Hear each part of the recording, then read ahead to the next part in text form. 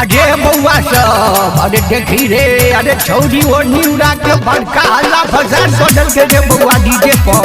अरे अरे आखिर ओढ़नी में की राज रे बाबा की राज सुनाल सिंगिंग बाय राघव राज। ये देख के तोहर मस्त जवानी डीजे वाला पकड़ै छौ नमरी पंसौआ लुटबौ छौरा ओढ़नी जखन ससरै छौ ओढ़नी में गे ओढ़नी में कोन राज छुपल छौ ओढ़नी में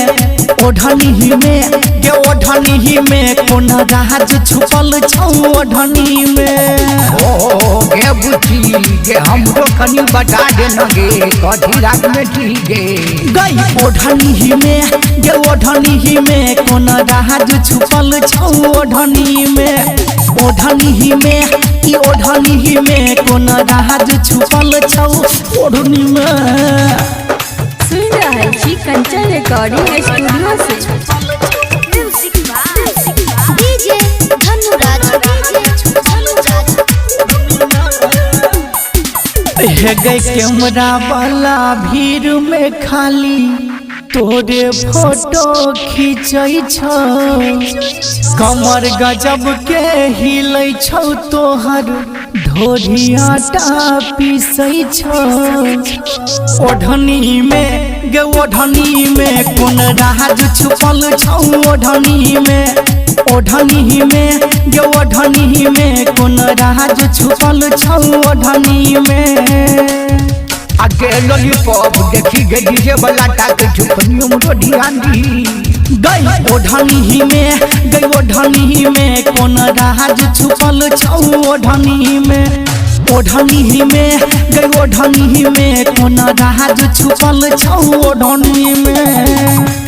सुन रहे छी कंचन रिकॉर्डिंग स्टूडियो से डीजे धनुराज आहे गई राघव राज हरिश्चंद्र के गाना लागो तोरा सुपर गे घुटुर घुटुर करै छौ चोली में जोरा भर कबूतर गे ओढ़नी में गे ओढ़नी में कोन राज छुपल छौ ओढ़नी में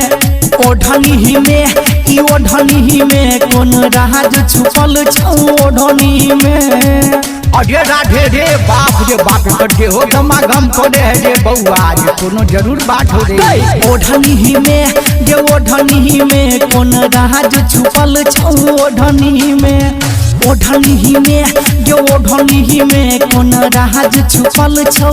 ओढ़नी में। आगे तू कहिया न कहियो हम सबटा बुझ गेलियो रे।